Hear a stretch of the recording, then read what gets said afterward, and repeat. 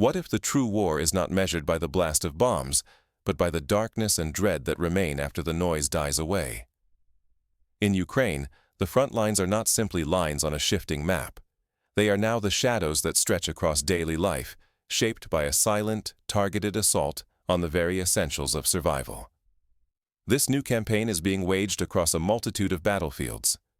Rather than unleashing chaos through indiscriminate destruction, we see deliberate, almost methodical, strikes on power grids, fuel stores, water treatment plants, and the vital arteries of transport.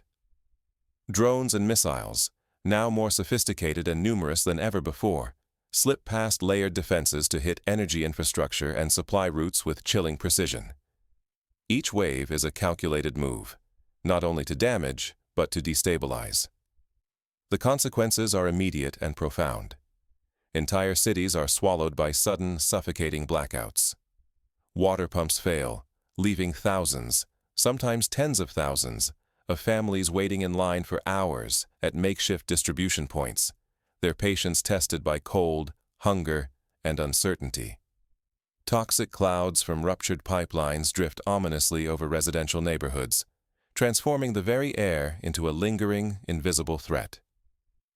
Just imagine the anxiety that creeps in when you cannot even trust the air you breathe or the water that comes from your taps. For those caught in the crossfire, the normal rhythms of life evaporate. In some regions, taps remain dry and lights stay out for days, if not weeks. Think of a city like Sumy, where neighborhoods accustomed to the hum of daily life are now wrapped in an uneasy silence. Every new attack chips away at the fragile sense of safety, forcing people to improvise, to adapt, or to simply endure as best they can. Children do homework by candlelight, if at all. Elderly neighbors huddle in stairwells where it is slightly warmer, sharing stories to pass the endless hours. This is more than a military contest or a matter of shifting territory. It is a carefully calibrated campaign designed to destabilize society by striking where it hurts most, at the essentials that allow people to live, work, and hope for a better tomorrow. The battlefield now runs through every home, every street corner, every moment of uneasy quiet between the wail of sirens. Failing to recognize this evolving war puts everything at risk, not only the outcome at the front, but the resilience of entire communities. The boundary between soldier and civilian, front and rear, has become dangerously thin, and nowhere is truly safe anymore. Even those far from the front lines find themselves vulnerable to the ripple effects of a strike hundreds of kilometers away. But how did this new strategy emerge, and who is orchestrating these precise attacks? To understand the stakes, we must look deeper into the methods and motivations driving this relentless campaign. What is truly happening on the ground, and why does every blackout carry more weight than you might imagine? In the past several days, Ukraine's front lines have shifted with startling speed. These changes are not limited to a single hotspot. Instead, they ripple out across multiple conflict zones: Kupiansk, Lyman, Sumy, and beyond. Each report of advancing troops masks something deeper: a coordinated offensive targeting not only territory, but also the vital arteries that keep these regions alive. The pattern is reminiscent of the sieges of the past, such as Leningrad during the Second World War, where cutting off the city's lifelines was as much a weapon as artillery. Russian forces advance with chilling precision. Their objective? To seize and disrupt logistics hubs, railway crossings, key junctions, administrative centers. In Kupiansk, the fight is for the very core of the town, as assaults mount from both the southwest and the southeast. Defenders in Lyman are under relentless attack, forced to rely on ever-thinning supply lines. Russian troops press west, seeking to choke supply corridors and fracture Ukraine's ability to reinforce or retreat. The tactics echo historical battles like Stalingrad, where control of railway stations and supply depots often meant the difference between survival and collapse. Yet, the most consequential strikes are not those visible on the evening news. Instead, they target the unseen backbone of society. Across Ukraine, power plants, substations, and pipelines are under systematic assault. In recent days, Entire regions such as Sumy and Chernihiv have been plunged into rolling blackouts. Waves of drones and missiles have shredded critical infrastructure. Electricity vanishes, water pumps fall silent, and families are left in darkness. Daily life is disrupted, not merely with inconvenience, but with a creeping sense of vulnerability that grows with every passing hour. The risks go far beyond the loss of power. A recent explosion along the Toliati-Odessa ammonia pipeline revealed a new layer of threat: chemical catastrophe. Ammonia gas billowed from the breach, forming a toxic cloud that endangered nearby towns. Emergency teams scrambled, but the risk lingered for hours. This was not an isolated incident. It is a warning that each attack can now spark a secondary disaster, threatening both lives and the environment. The specter of Bhopal, India in the 1980s, where a chemical leak killed thousands, looms large in the minds of emergency responders. Meanwhile, the rules of combat are changing in real time. Drone warfare has become a decisive tool. Each precise strike does more than break machines. It severs communications, halts logistics, and disrupts the steady flow of resources. The campaign aims to grind down Ukraine's capacity to fight, while also undermining the basic systems civilians rely on every minute of their lives. In this way, the war is less about taking ground and more about eroding willpower and the sense of normalcy. It is easy to underestimate the power of these attacks.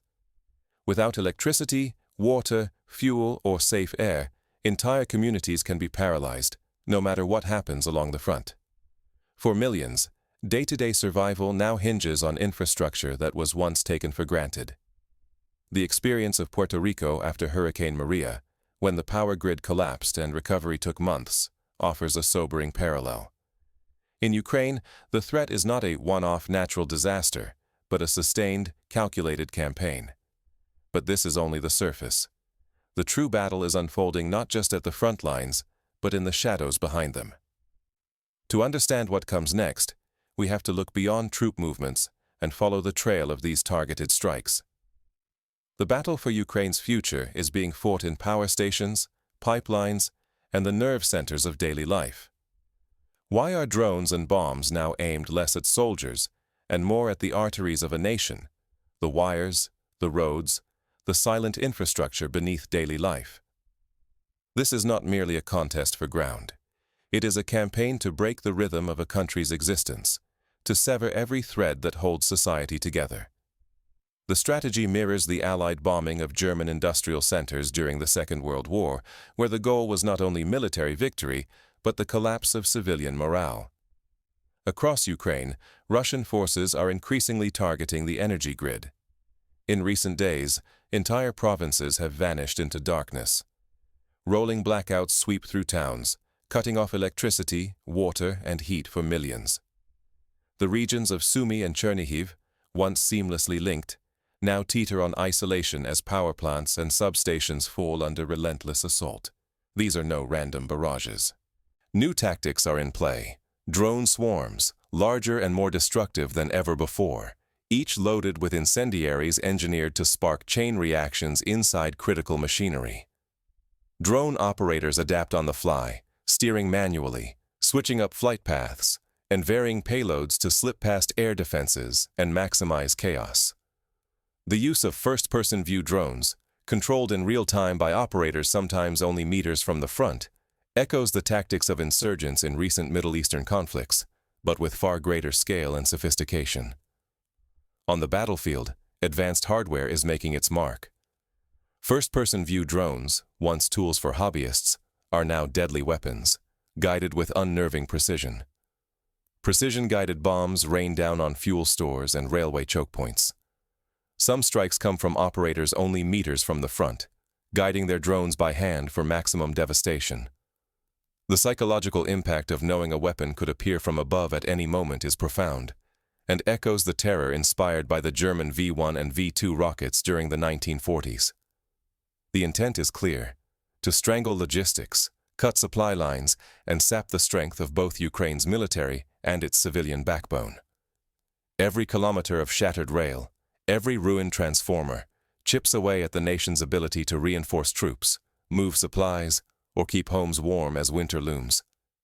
In the depths of winter, the loss of heating is not merely uncomfortable, it can be deadly, as seen in the Great Freeze of 1941 in Moscow, where thousands perished due to lack of warmth.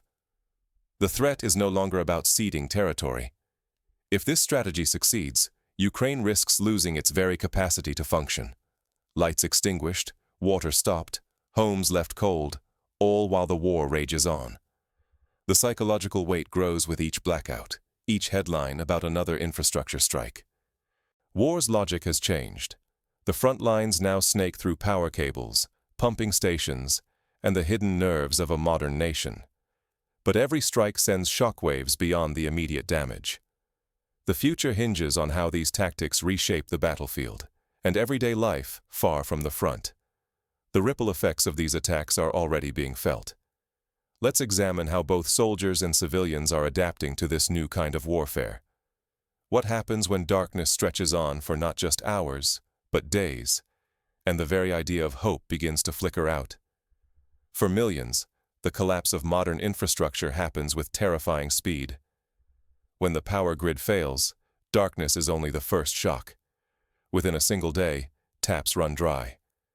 By the second, cold seeps in as heating systems fail, elevators grind to a halt, and phone batteries blink their last. Supermarkets empty, not just from panic, but because fuel shortages strand delivery trucks, while supply routes are severed by unrelenting strikes. Invisible threats now stalk the blackout. Chemicals once locked safely away become dangers in the dark. An ammonia leak sends a poisonous cloud drifting toward nearby villages, forcing families to tape windows and pray the wind will shift. Firefighters and medics, already overwhelmed by bombardments and blazes, now race to contain chemical hazards. Hospitals, their backup generators humming, watch clean water and vital medicines dwindle by the hour. Strain is everywhere. On the front, soldiers dig in, knowing that reinforcements and supplies may never arrive. In city apartments, parents wrap children in blankets against the creeping cold. Communities gather at improvised water points and soup kitchens. But exhaustion grows. Each day brings a new question. How much more can anyone bear? In the blackout, information becomes a battleground. Social feeds erupt with rumors of sabotage, of secret deals, of hope or hopelessness. Some posts urge calm, others spark panic. Politicians and outside actors seize the moment to blame rivals, downplay disaster, or provoke outrage, fracturing trust even among neighbors. Official statements meet skepticism, arguments flare over what is real. Yet, adaptation emerges. Engineers risk shellfire to patch broken power lines and jerry-rig water pumps. Local officials distribute scant supplies, rationing bread and fuel as best they can. Volunteers clear rubble, deliver medicine, and check on the elderly. Ingenuity flourishes. A hand-built solar charger, a community-run radio, a shared generator powering several homes. The story echoes the resilience seen in London during the Blitz, where citizens built bomb shelters in gardens and shared food in communal kitchens. But the margin for survival narrows. Every repair is threatened by the next barrage. Every plan is temporary. The risk is not mere discomfort. It is the genuine danger of systemic collapse, where daily life becomes unrecognizable and faith in institutions is shattered. This is how wars of attrition wear down even the strongest societies. As Ukraine's critical infrastructure is battered and communities improvise to survive, the question becomes not just how to endure today, but whether resilience can hold out against tomorrow's relentless assault. How do you outlast a war that turns your utilities into battlegrounds? When critical infrastructure becomes a target, daily routines collapse in mere hours. Modern conflict means electricity, clean water, and fuel can vanish overnight. The line between chaos and survival is drawn by preparation and by the strength of a community. Logistics are your anchor. Stockpile essential foods, bottled water, and basic medical supplies, enough to last at least several days. Back up your communication tools, keep battery banks charged, and have simple radios ready in case mobile networks go dark. Ensure vital documents and emergency contacts are reachable offline. These steps echo the civil defense preparations of cities like Tokyo and London during the Second World War, whose citizens learned that readiness could mean the difference between life and death. If officials warn of chemical leaks or failing infrastructure, act instantly. Follow instructions exactly. Shelter in place, seal windows and doors, and wait for all clear signals. In moments of toxic gas or water contamination, official guidance can be the thin line between life and disaster. Never underestimate the speed at which conditions and risks can shift. The deadly gas attacks during the Iran-Iraq War in the 1980s are a sobering reminder of how chemical threats can unfold with little warning. The psychological front is just as fierce. Resist letting every headline or rumor control your decisions. Focus on patterns, not panic. Build a routine. Check only trustworthy news, limit doom scrolling, and support those around you. Community resilience is forged in these moments. When neighbors share calm, everyone stands a better chance. The post-Hurricane Katrina experience in New Orleans showed that those who supported and trusted each other fared far better than those who tried to weather the storm alone. Local action makes survival possible. Neighborhoods that pool resources, shared generators, collective water storage, mutual aid networks, endure disruption far better than the isolated. Even small acts, like checking on elderly neighbors or sharing charging stations, create a powerful defense against uncertainty and fear. The Soviet bloc's communal apartment system, while often criticized, allowed for remarkable solidarity during crises. Each step you take shapes your safety and the resilience of your community. When the next blackout or strike comes, your choices decide whether you face chaos alone or meet crisis together. Imagine the difference between a neighborhood where everyone works together and one where each family fends for itself. As the battle for infrastructure intensifies, the pressure on Ukrainian communities grows by the day. But the story does not end at survival. It shifts to adaptation, innovation, and the search for hope amid relentless disruption. Consider the example of Warsaw after the Second World War, where residents rebuilt their city brick by brick, determined to reclaim normal life. The next war will be fought in the shadows. When the lights go out, will you be ready? Look past the old battlefields. The real fight now unfolds against the unseen veins of a nation: power grids, railway lines, water systems, and fuel supplies.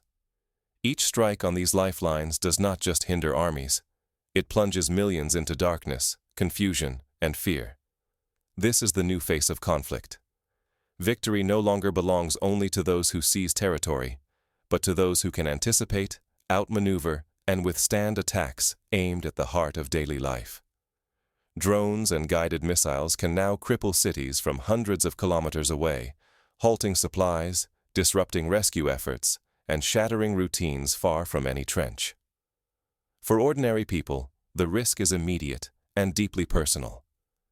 In an instant, electricity may disappear, clean water may stop flowing, and fuel could become unreachable.